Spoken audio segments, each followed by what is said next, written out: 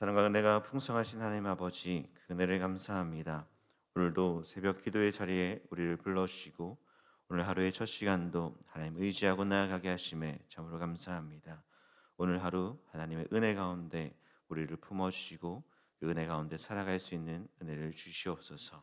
또 하나님, 감사의 제목으로 드리는 모든 헌금 가운데 하나님 기쁘게 받아주시고 이 예물을 통하여서 하나님의 나라와 영광을 위해서 귀하게 사용하여 주시며 우리의 예물뿐 아니라 우리의 삶도 주님께 맡겨드리오니 기쁘게 받아주시고 하나님의 나라와 영광을 위해서 사용받는 인생이 되어질 수 있도록 우리를 지도하시고 함께하여 주옵소서.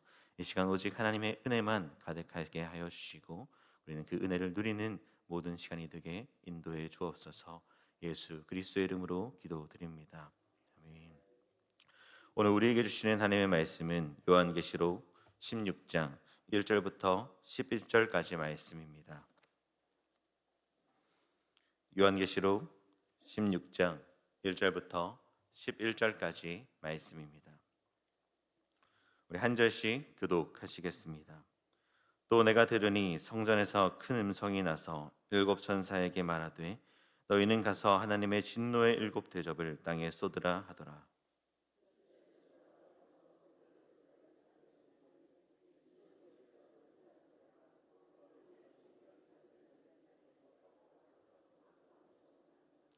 둘째 천사가 그 대접을 바다에 쏟음에 바다가 곧 죽은 자의 피 같이 되니 바다 가운데 모든 생물이 죽더라.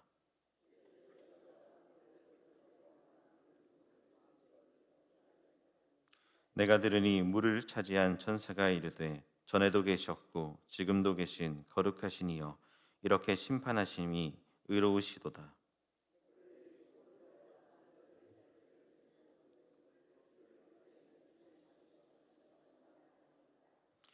또 내가 들으니 제단이 말하기를 그러하다. 주 하나님 곧 전능하신 이여 심판하시는 것이 참되시고 의로우시도다 하더라.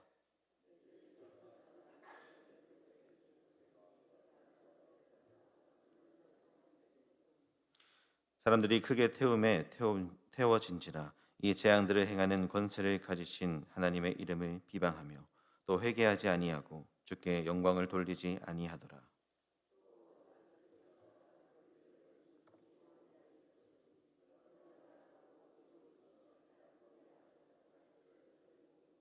함께 보시겠습니다.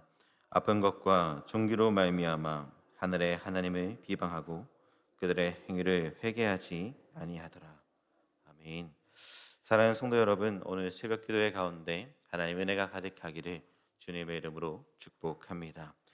여러분, 우리는 종종 하나님은 사랑이십니다라고 말씀을 듣고 또한 그렇게 믿습니다. 하나님은 자비롭고 인자하시고 죄인들을 끝까지 기다리시는 사랑의 하나님이십니다. 그러나 동시에 성경은 우리에게 무엇이라고 가르쳐 주십니까? 하나님은 공의의 하나님이다라고 가르쳐 주십니다. 즉 죄를 그냥 지나치시지 않는 분이십니다. 오늘 우리가 읽었던 요한복음 16장의 말씀도 이 공의로우신 하나님의 심판의 모습을 보여주는 대목이 될 것입니다.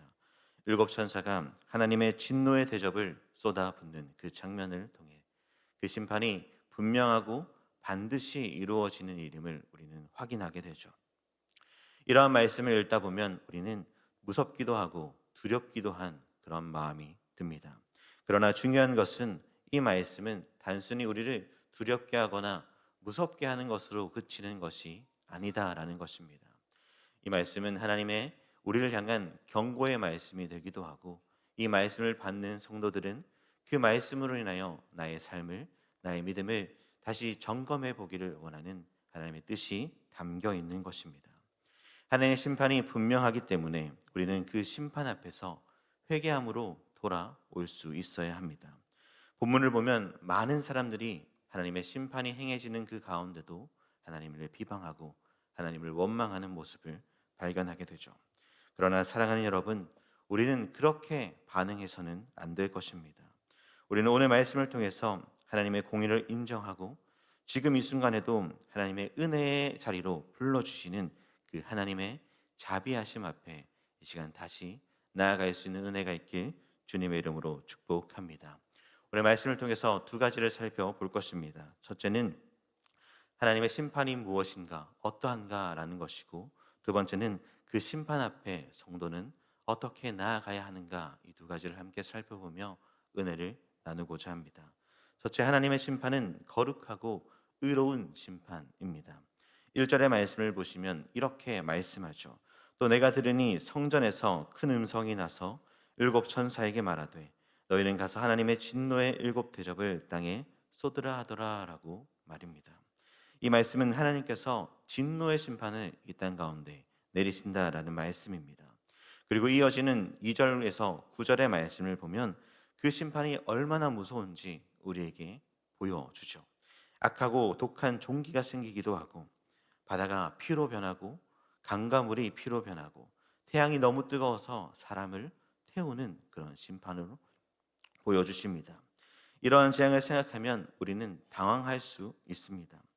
그 사랑의 하나님이라 하시는 그 하나님께서 어떻게 이렇게까지 심판하시는가 하고 말입니다. 마치 우리가 하나님의 심판을 떠올리면서 생각하게 되는 것이 무엇입니까? 하나님의 심판은 적당할 것이다 라는 생각을 하게 됩니다. 설마 이 정도까지 하시겠나? 이 정도까지로 무자비하게 이렇게 행하실까라는 생각을 하기도 합니다. 하지만 하나님의 심판은 적당하게, 그리고 봐주는 식의 심판이 아님을 우리는 꼭 기억해야 합니다. 하나님의 심판은 무섭고 두려운 것이고, 하나님의 심판은 반드시 임하게 될 하나님의 말씀입니다. 그러나 우리가 이러한 심판을 생각할 때에 이해되지 않는 그 순간에도 오늘 본문은 심판이 어떻다라고 우리에게 가르쳐 주고 있습니까? 오늘 본문인 5절에서 7절의 말씀을 보시겠습니다. 내가 들으니 물을 차지한 천사가 이르되 전에도 계셨고 지금도 계신 거룩하신 이여 이렇게 심판하시니 의로우시도다. 그들이 성도들과 선지자들의 피를 흘렸으므로 그들에게 피를 마시게 하신 것이 합당하니이다 하더라. 또 내가 들으니 제단이 말하기를 그러하다. 주 하나님 곧 전능하신 이시여 심판하시는 것이 참되시고 의로우시도다 하더라. 아멘. 천사들이 말하는 하나님의 심판은 어떻습니까? 하나님의 심판은 의로운 것이고 합당한 것이고 참된 것이다라고 분명하게 가르쳐 주고 있습니다. 하나님의 심판은 의롭고 거룩한 것입니다. 사람이 보기에는 두려운 것, 무서워만 보이는 그 심판이 하나님은 거룩한 뜻을 향해 그리고 공의를 가운데 그 심판을 이루시는 분이시다라는 것이죠. 사랑하는 성도 여러분, 하나님의 심판은 감정적인 보복이 아닙니다. 그것은 공의에 기초한 정당한 심판임을 꼭 기억하십시오. 그렇게 하나님은 얼마나 죄에 대해서 가벼이 여기지 않으시는지, 악을 그냥 두지 않으시는지 이 본문을 통해서 다시 한번 깨닫게 되는 것입니다. 그렇게 오늘 우리에게 필요한 것이 무엇입니까? 하나님의 거룩한 이 심판 앞에 두려워하며 깨어 있는 것입니다. 나의 삶을 돌아보는 것입니다. 내 삶이 얼마나 죄에 대해 묻어져 있고 하나님의 공의를 잊고 살아왔는지 우리는 돌아보는 것입니다. 하나님의 심판은 무섭지만 동시에 의로운 것임을 꼭 기억하십시오. 그러므로 우리는 이 심판을 외면하거나 부정하는 자가 아니라 그 심판이 의로운 것임을 알고 그 심판이 있음을 기억하고 나의 삶을 점검하여 다시금 바라보시는 그 은혜가 있기를 주님의 이름으로 축복합니다. 둘째, 오늘 말씀에서 우리에게 주시는 메시지는 하나님의 공의로운 심판 앞에 회개함으로 나아가야 한다라는 것입니다. 오늘 본문인 8절과 9절 그리고 10절과 11절의 말씀을 보면 심판을 받은 이들의 반응이 등장합니다. 8절에서 11절의 말씀을 제가 읽겠습니다. 넷째 천사가 그 대접을 해에 쏟음에 해가 권세를 받아 불로 사람들을 태우니 사람들이 크게 태움에 태워진지라. 이 재앙들을 행하는 권세를 가지신 하나님의 이름을 비방하며 또 회개하지 아니하고 주께 영광을 돌리지 아니하더라. 또 다섯째 천사가 그 대접을 짐승의 왕자에 쏟으니 그 나라가 곧 어두워지며 사람들이 아파서 자기 혀를 깨물고 아픈 것과 종기로 말미암아 하늘의 하나님을 비방하고 그들의 행위를 회개하지 아니하더라라고 말씀합니다. 사랑하는 성도 여러분, 이 말씀은 얼마나 사람이 완악한가에 대해서 우리에게 보여주죠. 앞에서 말하는 수많은 무서운 심판이 있음에도 불구하고 그들은 심판을 당할 때조차도 자신을 돌아보는 것이 아니라 그 심판을 내리신 하나님을 비방하고 있다라는 것입니다. 사랑하는 성도 여러분, 이거 얼마나 무서운 말씀입니까? 하나님의 진노가 있음에도 불구하고 자신을 돌아보지 못하는 그런 모습들 말입니다. 회개하지 않는 그 모습들은 우리에게 다시 한 번 더 말씀을 통해 우리의 삶을 돌아보게 만들죠. 하나님의 그 심판 앞에 자신을 돌아볼 수 있어야 합니다. 문제는 자신이 죄를 지은 것이 문제만이 아니라 그 죄에 대해서 돌이킴이 없는 태도가 문제인 것이죠. 우리는 이러한 모습을 바라보며 우리를 돌아볼 수 있어야 합니다. 혹시 우리의 마음에도 이러한 완악함은 없는가 하고 말입니다.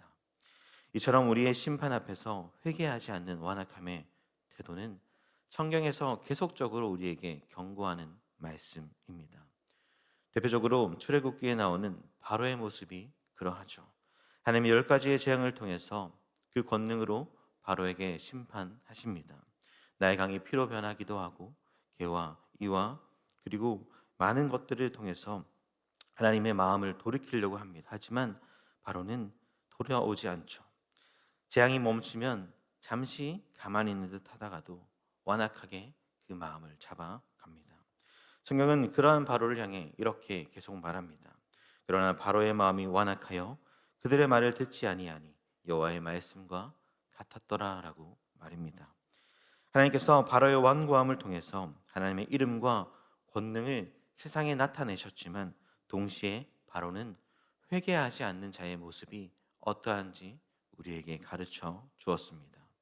이와 같이 오늘 본문 요한계시록에서도 사람들은 똑같이 행동하고 있죠. 심판이 임해도 돌이키지 않는 모습으로 오히려 하나님을 비방하는 모습으로 말입니다. 사랑하는 성도 여러분, 바로와 같은 우리의 모습이 우리 안에 있음을 발견한다면 우리는 그 자리에서 멈추어 지금이라도 주님 앞에 무릎을 꿇고 돌아갈 수 있어야 합니다. 모든 것을 다 제쳐두고 하나님의 그 자비로우신 은혜 가운데 돌이킬 수 있어야 한다라는 것이죠. 사랑하는 성도 여러분, 우리 모두의 삶이 하나님의 말씀을 듣고도 나의 죄를 알면서도 여전히 돌이키지 않는 나의 모습은 없으십니까? 합리화하며 그 자리 가운데 계속 머물러 있지는 않으십니까? 하나님은 이 심판을 통해서 단순히 우리에게 벌을 주시는 것을 넘어서 우리를 깨닫게 하시고 돌아올 기회를 주시는 분이십니다. 그러한 심판 앞에서도 깨닫지 못하고 돌이키지 않는다면 결국 그 심판으로 인해 멸망할 수밖에 없음을 꼭 기억하십시오. 사랑하는 여러분, 우리는 심판 앞에 완악한 자들처럼 나의 마음을 굳게 가지는 것이 아니라 회개하는 심령으로 주님께 나아갈 수 있는 자들이 되길 소망합니다. 우리가 너무나도 잘 알고 있는 것처럼 회개가 무엇입니까? 단순히 슬퍼하는 것이 아니라 돌아오는 것이죠. 회개는 우리의 책임이자 동시에 하나님께서 불러주시는 은혜임을 꼭 기억하십시오. 하나님은 지금도 이 순간에도 심판의 말씀을 통해서 우리에게 회개할 기회를 주고 계시다라는 것입니다. 우리는 이 심판의 경고를 듣고 무섭고 두렵고 떨리는 것만이 아니라 은혜의 기회가 될 수 있음을 꼭 기억하고 그 하나님의 초청 앞에 나아가는 저와 여러분들이 되기를 주님의 이름으로 축복합니다. 말씀을 맺겠습니다. 사랑하는 성도 여러분, 요한계시록 16장은 단지 우리에게 두려움과 무서움을 주는 말씀이 아닙니다.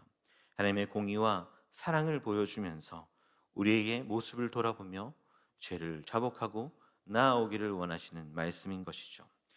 본문의 속에 등장하는 수많은 사람들이 하나님의 심판 앞에서도 하나님을 비방했던 그 모습을 반면교사 삼아서 우리는 하나님의 이 심판이 임하기 전 하나님의 말씀 앞에 돌이키는 은혜가 있기를 소망합니다.